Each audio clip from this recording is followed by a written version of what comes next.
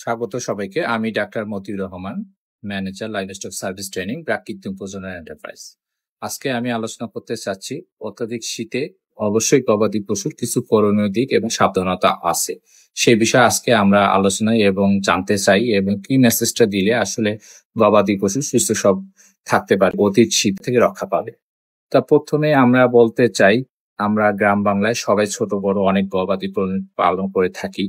তা আমরা গোয়াল ঘর ব্যবহার করে থাকি। এই গোয়াল ঘরে যেটি হয়, আমরা সূর্য অস্তের পূর্বেই অবশ্যই গরুকে গোয়াল ঘরে ঢুকাবো।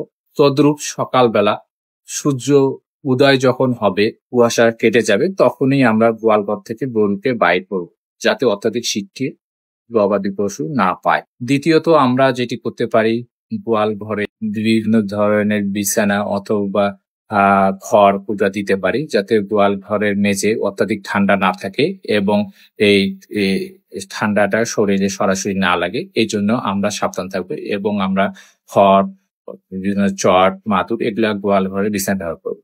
তৃতীয়ত আমরা গ্রামে অথবা আমরা আমাদের বাংলাদেশে অত্যাধিক শীতে দেখে থাকি, গরুতে বিভিন্ন ধরনের চট অথবা উলের কাপড় ব্যবহার করা হয়। এটি একটি ভালো পদ্ধতি, যাতে গরুতে একটু গরম অথবা উষ্ণ থাকতে পারে। চতুর্থত আমরা যেটি করতে পারি, গরুকে পর্যাপ্ত পরিমাণে পানি পান করাতে হবে। এই সময় পানির স্বল্পতা এবং শুষ্কতা দেখা যায়, এই জন্য কুসুম গরম পানি আমরা গরুকে প্রদান করলে গরু এই পানিটি গ্রহণ করবে এবং তার বডি টেম্পারেচারটা ধরে রাখতে পারবে।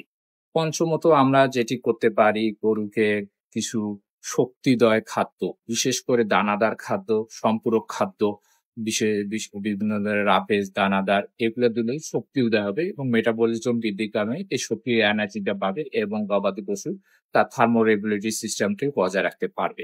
ষষ্ঠ ধাপে আমরা যেটা করতে পারি, যে সন্ধ্যার আগে গবাদি প্রাণীকে খাবার প্রদান করা। এই গবাদি প্রাণীকে সন্ধ্যার আগে যদি খাবার দেওয়া হয়, গবাদি প্রাণী গ্রহণ করবে এবং তার শক্তি এনার্জিটা পাবে এবং রাত্রে অতি ঠান্ডাতে সে সেখান থেকে রক্ষা পাবে এবং বডিতে থার্মোরেগুলেটরি সিস্টেমটি বজায় রাখতে পারবে। সপ্তমত আমরা যেটি খেয়াল রাখতে পারি, গরুকে পরিষ্কার এবং শুকনো রাখা, যাতে গবাদি প্রাণী কোনো কারণে মল ত্যাগ অথবা মূত্র ত্যাগের ফলে ভিজে না থাকে, এই ভিজে থেকে তার কোনো রকমের ঠান্ডা বাহিত রোগ না হতে পারে, আমরা শুকনো এবং ইয়েতে রাখবো। সপ্তম ধাপে আমরা যেটি করতে পারি, যে গরুকে নড়াচড়া ব্যবস্থা করা।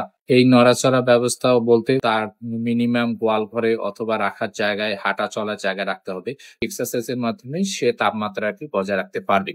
সর্বশেষ আমি বলতে চাই, প্রাকৃতিক প্রজনন এন্টারপ্রাইজে আমাদের দক্ষ প্রশিক্ষিত ভেটেরিনারি রেজিস্টার্ড ডাক্তাররা রয়েছেন, যারা আমাদের কল সেন্টার নাম্বার আছে। কোনো পরামর্শ যদি পেতে চান, এই আমাদের কল সেন্টারে শনি থেকে বৃহস্পতি ফ্রি কল করতে পারেন। নাম্বারটি হচ্ছে 09606162636।